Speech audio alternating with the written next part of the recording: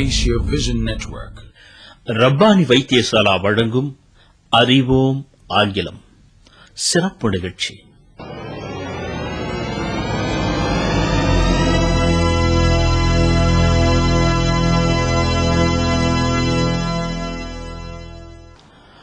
உலகெங்கும் நீக்கமற நிறைந்துவிட்டது ஆங்கிலம். உலகின் சிந்தனை மொழியாகவே ஆங்கிலம் மாறிவிட்டது. ஒரே நாட்டைச் சேர்ந்த மக்களானாலும் கூட அருகருகே உள்ள மாநில மக்களிடையே தொடர்பினை ஏற்படுத்திக் கொள்ள பெரிதும் துணை புரிவது ஆங்கிலமே. வான மண்டலத்திலும் ஆழ்கடலிலும் வலைதளத்திலும் வகை வகையாய் ஊடுருவி இருப்பது ஆங்கிலமே. ஆங்கிலத்தை ஏக்கத்துடன் அண்ணாந்து பார்ப்பது, இல்லையென்றால் ஆங்கிலத்தை வசைப்பாடுவது என இரண்டில் ஒன்றை மட்டுமே இன்றைய சமூகம் கச்சிதமாக செய்து வருகிறது.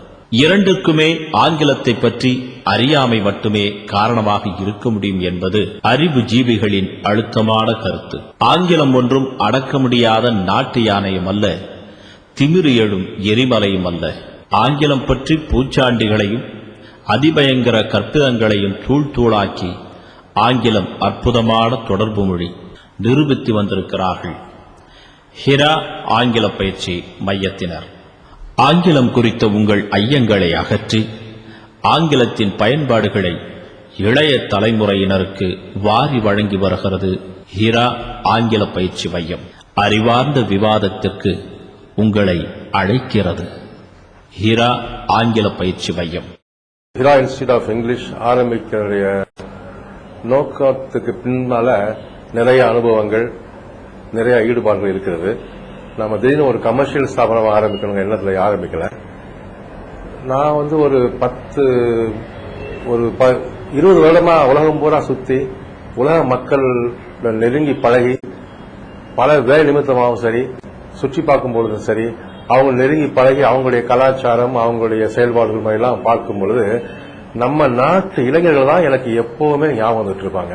அது கூட இருந்த ஒரு செகண்ட் நேச்சர் மாதிரி ஆயிடுச்சு. ஆனால் நம்ம நாட்டு இளைஞர்களோட நெருங்கி பழகக்கூடிய வாய்ப்பே எனக்கு கிடைக்கல. கடந்த 10 வருடமா தான் இந்த வாய்ப்பு கிடைச்சது. அப்போ குறிப்பா நம்ம இளைஞர்கள் கம்யூனிகேஷன் ஃபீல்ட்ல அவங்க ரொம்ப வீக்கா இருக்கிறாங்கிறத நான் அப்பதான் பார்த்தேன். எனக்கு ஆங்கிலம் எளிதா வந்ததுனால நான் அது உணர முடியாம போயிடுச்சு. ஆனா என்னுடைய நெருங்கிய நண்பர்கள் சொல்லி பல சில மாணவர்களை கொண்டு வந்து நிப்பாட்டினாங்க. அவங்கள்ட்ட பேசும்பொழுது அவங்க டிகிரி முடிச்சிருக்காங்க, பிஜி முடிச்சிருக்காங்க, டிப்ளமா முடிச்சிருக்காங்க, வேலைக்கு முயற்சி பண்றாங்க.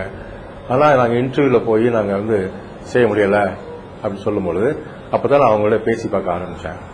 அவங்களோட பேசும்பொழுதுதான் அவங்க ஆங்கிலத்துல எந்த அளவுக்கு மாற்றமான ஒரு அப்ரோச் பண்ணி ஒரு எளிதான விஷயத்த ரொம்ப கஷ்டமாக்கி வச்சிருக்காங்க புரிய வந்தது.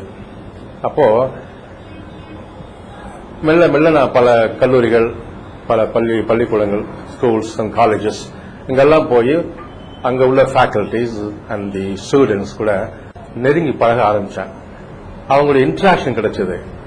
சில பேர் என்கிட்ட ட்ரைனிங்னே வந்தாங்க.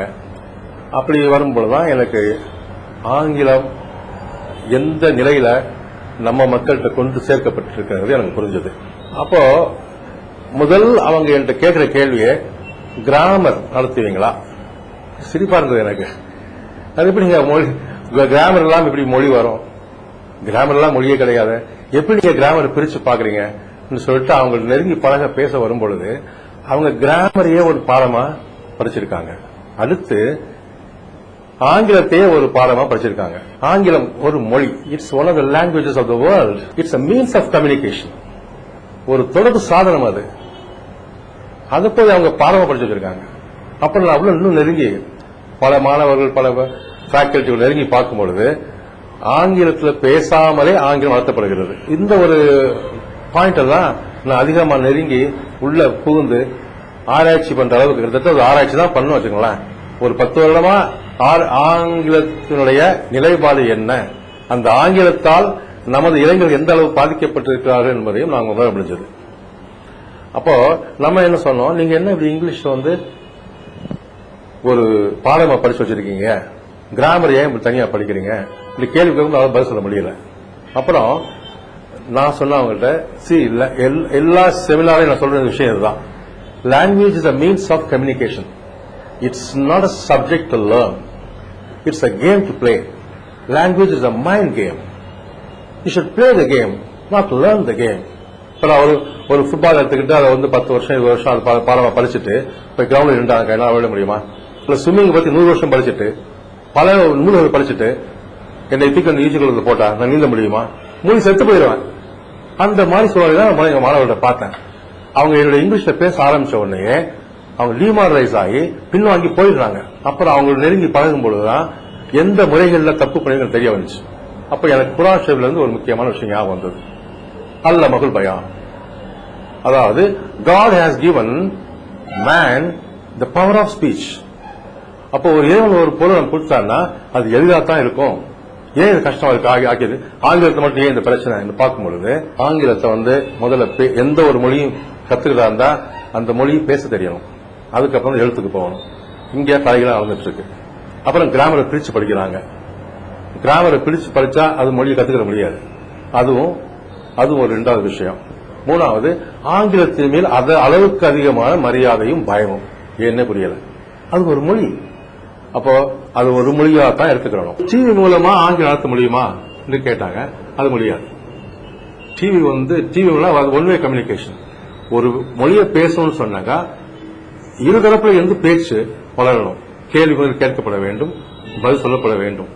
அப்பதான் அந்த மொழிகளுடைய வளர்ச்சி, மொழிகளுடைய தாக்கம்